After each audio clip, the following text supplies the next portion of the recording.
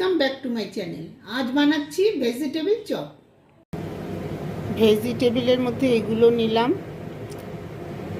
Bit, গাজর, মটরশুঁটি, ফুলকপি, আলু, কাঁচা লঙ্কা আর পনির একটু গ্রেট করে দেব। এরপরে লাগবে চীনাবাদাম, কিশমিশ, বিট লবণ, একটু গরম মশলা। এগুলো আমি পরপর দেখাচ্ছি। আলু সিদ্ধ হচ্ছে, আলুটা সিদ্ধ হয়ে যাক আগে। সব সবজিগুলো গ্রেট করে নিয়েছি। আদাটা এরকম করে করেছি, কাঁচা লঙ্কা, আদা, গাজর, বিট, ফুলকপিটাও গ্রেট করে নিয়েছি, মটরশুঁটি, কিশমিশ। এবার আমি কড়াইতে তেল দিলাম, তেলটা গরম হোক। এবার একটু মৌরি দিলাম, তারপরে দিলাম কাঁচা লঙ্কা, তারপরে আদা,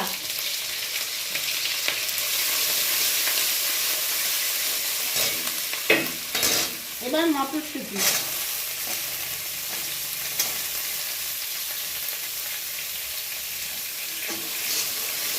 মটরশুঁটিটা একটু হওয়ার পরে এগুলো দেব।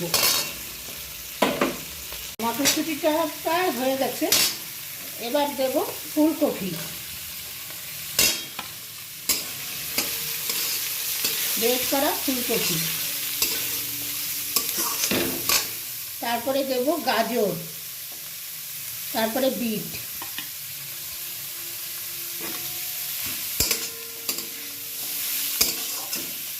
এগুলো হোক, তারপরে আলু সিদ্ধ করে রেখেছি সেটা দেব। এবার একটু চীনাবাদাম ভেজে একটু গুঁড়ো করে নিয়েছি, তারপরে কিশমিশটা দিচ্ছি।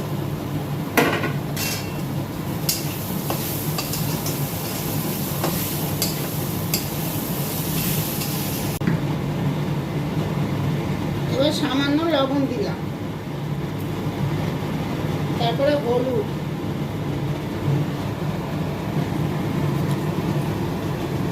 একটু বেশি করে গোলমরিচের গুঁড়ো দিলাম, ঝাল ঝাল ভালো লাগে তো।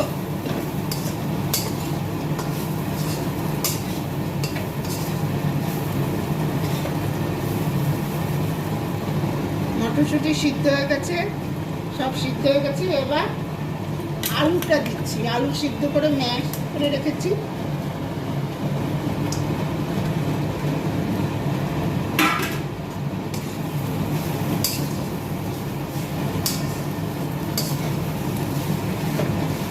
বাইন্ডিংয়ের জন্য আলু তো দিতেই হবে।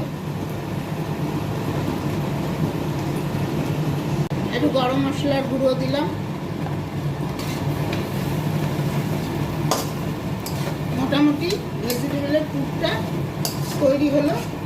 এবার আমি নামিয়ে নেব, নামিয়ে শেপ দেব।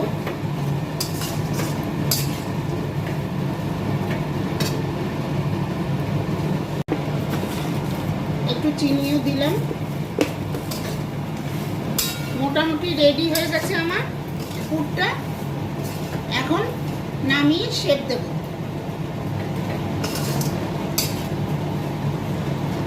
ভেজিটেবল চপ একটু মিষ্টি হয়, ওই জন্য চিনি দিলাম। এবার এগুলোকে এইভাবে আমি শেপ দিয়ে নিলাম। তারপরে ময়দা গুলেছি, ময়দাটার মধ্যে সামান্য লবণ দিলাম। ডিম গোলা যেত, যেহেতু এটা ভেজিটেবল চপ তাই ডিম গুললাম না, ময়দা গুলে ব্রেড ক্রামে কোট করব। এবার এগুলো রেডি করি। প্রথমে ময়দা একটু ডুবিয়ে নেই। ময়দাটা কিন্তু ঠিক এরকম হবে, ঠিক আছে?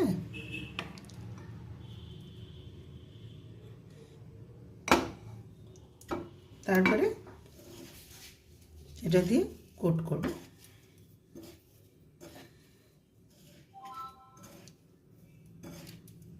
ভেতরটা তো কমপ্লিট আছেই।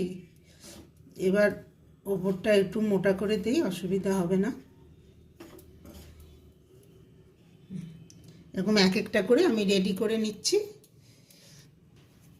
ব্রেড ক্রাম্ব দেওয়ার পরে আমি এইভাবে রেডি করে নিলাম। এদিকে কড়াই বসিয়ে তেলটাও দিয়ে দিয়েছি। তেল আশা করি গরম হয়ে গেছে, দেখি। তেল গরম হয়ে গেছে। এবার একটা একটা করে ছেড়ে দেব। গরম হওয়ার পরে কড়াই গ্যাসটা কমিয়ে নেবেন।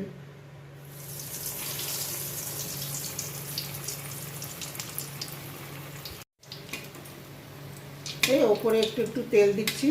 অত এক কড়াই ভর্তি করে তেল দিলাম না, যেহেতু ভেতরটা তো আমার রেডিই আছে, শুধু ওপরটা হওয়ার জন্য।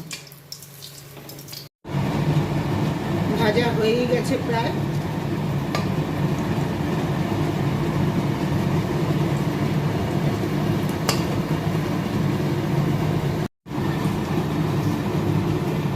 হয়েই গেছে, নামিয়ে নিচ্ছি।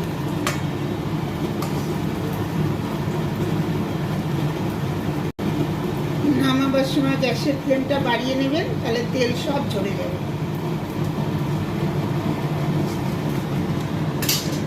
একটু গোলমরিচের গুঁড়ো ওপর থেকে আর বিট লবণ দিয়ে দিচ্ছি। বিট লবণ আর গোলমরিচের গুঁড়ো দিয়ে দিলাম।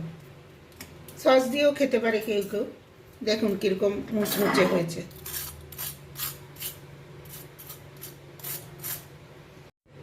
হয়ে গেছে ভেজিটেবিল চপ।